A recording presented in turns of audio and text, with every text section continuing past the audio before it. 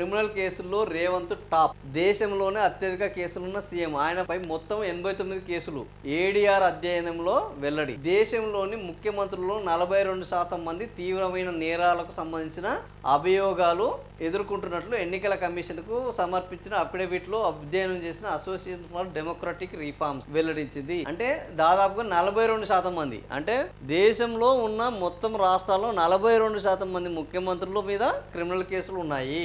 So ఈ రోజు నేరపూరితం కాని నాయకులు లేనే లేరు.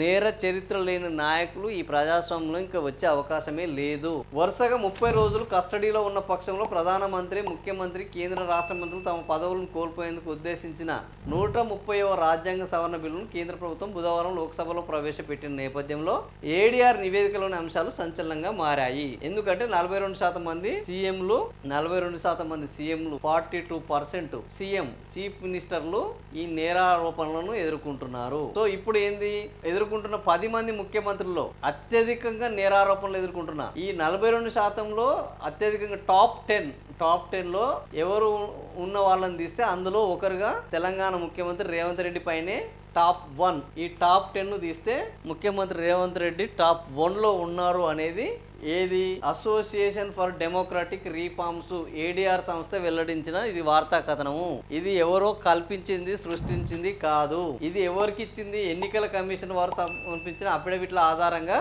చేసింది.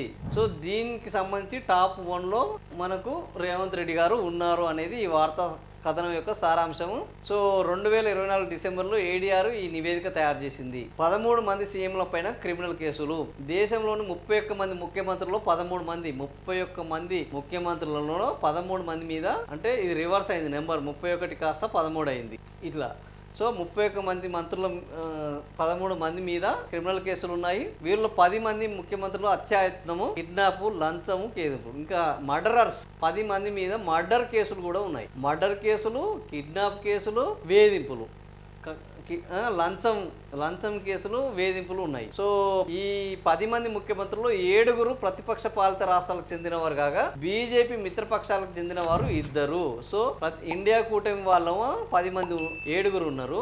బీజేపీ వాళ్ళు కేవలం 2 ఉన్నారు. సో రేపు ఈ బిల్లు కనుక 130వ ఈ రాజ్యాంగ సవరణ బిల్లు వస్తే ఈ దాని ప్రకారం 7 ముఖ్యమంత్రులు అవుట్ అయ్యే అవకాశం ఉన్నది. అందులో 2 బీజేపీ వాళ్ళు పోవచ్చు, 7 మాత్రం విపక్షాల వాళ్ళు పోవచ్చు. 7 కనుక విపక్షాల వాళ్ళు పోయినరంటే అసలు విపక్షం అనేదే ఉండదు ఈ దేశంలో. ఇక ముఖ్యమంత్రులు జైళ్ళకు పోయే అవకాశం ఉంటుంది. సో ఇది చాలా తీవ్రమైన బిల్లు. అందుకనే కాంగ్రెస్ వాళ్ళు దాని గురించి విపరీతమైన వ్యతిరేకత వ్యక్తం చేస్తున్నారు.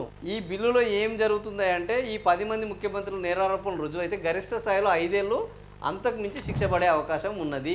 28 రాష్ట్రాల అసెంబ్లీలు, 3 కేంద్ర ప్రాంతాలకు చెందిన ముఖ్యమంత్రులకు సంబంధించిన ఈ 2024 డిసెంబర్లోని ఏడీఆర్ విశ్లేషించిన తెలంగాణ ముఖ్యమంత్రి ఏ రేవంత్ రెడ్డి నేరారోపణలో అత్యధికంగా ఉన్న టాప్ 10లో మొదటి స్థానంలో ఉన్నారు. నెంబర్ 1 మన ముఖ్యమంత్రి ఏంటంటే నెంబర్ 1 ఈ విషయంలో నెంబర్ 1 నేనే అంటే ఎందులో కాదు, క్రిమినల్ కేసులు అత్యధికంగా ఉన్న వాళ్ళలో నెంబర్ 1. సో రేవంత్ రెడ్డిపై 89 కేసులు ఉన్నాయి. వీటిలో తీవ్ర నేరారోపణలు 72 కేసులు ఉన్నాయి. రేవంత్ రెడ్డి పైన మొత్తం 89 కేసులు ఉంటే వీటిలో తీవ్రమైన నేరారోపణలు అంటే అంటే ఏంది అంటే అత్యాయత్నము, కిడ్నాపు, లంచము, వేధింపులు, ఇట్లాంటి తీవ్రమైన నేరారోపణలు ఉన్నాయి 72. ఇలా నాకు తెలిసి ఓటుకు నోటు కేసు కూడా ఉంటుంది. ఓటుకు నోటు, ఇది నోటుకు సంబంధించిన కేసు కూడా తీవ్రమైన కేసు, అది కూడా ఇందులో ఉంటుంది. సో 72 కేసులు ముఖ్యమంత్రి రేవంత్ రెడ్డి మీద ఉన్నాయి. ఇక మిగతా వాళ్ళలో చూస్తే స్టాలిన్ మీద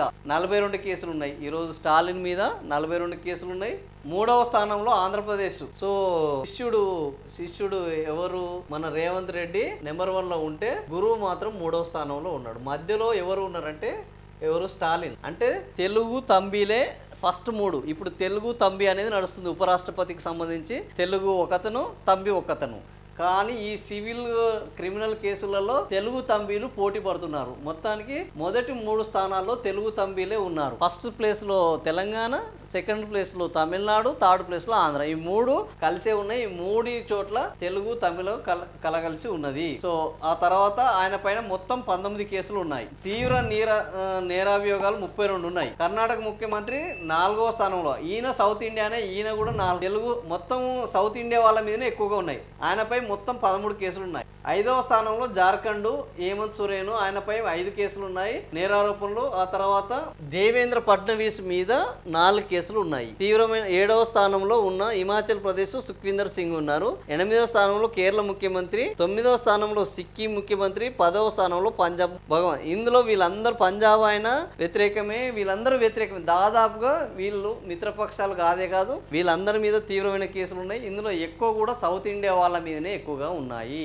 నార్త్ ఇండియా వాళ్ళ మీద తక్కువగా ఉన్నాయి. కారణం ఏంది అంటే వాస్తవానికి ఉత్తరప్రదేశ్, బీహారు, మధ్యప్రదేశ్ ఇక్కడ ఉన్నంత అరాచకం ఎక్కడ ఉండదు. వాళ్ళ మీద ఎందుకు నేరారోపణలు లేవంటే అక్కడ వాళ్ళ ప్రజాప్రతినిధుల మీద కేసులు పెట్టడానికి కూడా పోలీసులు భయపడతారు. కేసులు పెడితే అసలు పోలీస్ అనే అడ్రస్సే ఉనికి మాయమవుతుంది. కాబట్టి అక్కడ కేసులు పెట్టడానికి కూడా పోలీసులు భయపడుతున్న నేపథ్యంలో వాళ్ళ మీద కేసులు నమోదు కాలేదు. కేవలం సౌత్ ఇండియాలో మాత్రమే పోలీస్ వ్యవస్థ అంతో ఇంతో భద్రతగా ఉన్నది, స్వతంత్రంగా ఉన్నది. కాబట్టి వీళ్ళ మీద పెట్టుకుంటున్నారు. అక్కడ రాజకీయ నాయకుల మీద రాజకీయ నాయకులు పెట్టుకోవట్లేదు. ఇక్కడ రేవంత్ రెడ్డి మీద తెలంగాణ ఏంది మాజీ ముఖ్యమంత్రి కేసీఆర్ పెడితే మాజీ ముఖ్యమంత్రి మీద ఇప్పుడున్న ముఖ్యమంత్రి, అదే విధంగా స్టాలిన్ మీద అవతల వాళ్ళు డిఎంకే వాళ్ళు పెడతారు, డిఎంకే వాళ్ళ మీద ఏఐడిఎంకే వాళ్ళు పెడతారు. కర్ణాటకలో బీజేపీ వాళ్ళ మీద కాంగ్రెస్, కాంగ్రెస్ వాళ్ళ మీద బీజేపీ. సో ఇక్కడ మాత్రమే ఇంత రాజకీయ వైరం నేపథ్యంలో కేసులు నమోదవుతున్నాయి. మిగతా రాష్ట్రాల్లో నమోదు కావడం లేదు. అందుకనే వాళ్ళ మీద కేసులో రికార్డులు ఉండట్లేదు. కాకపోతే మనకంటే ఘోరమైన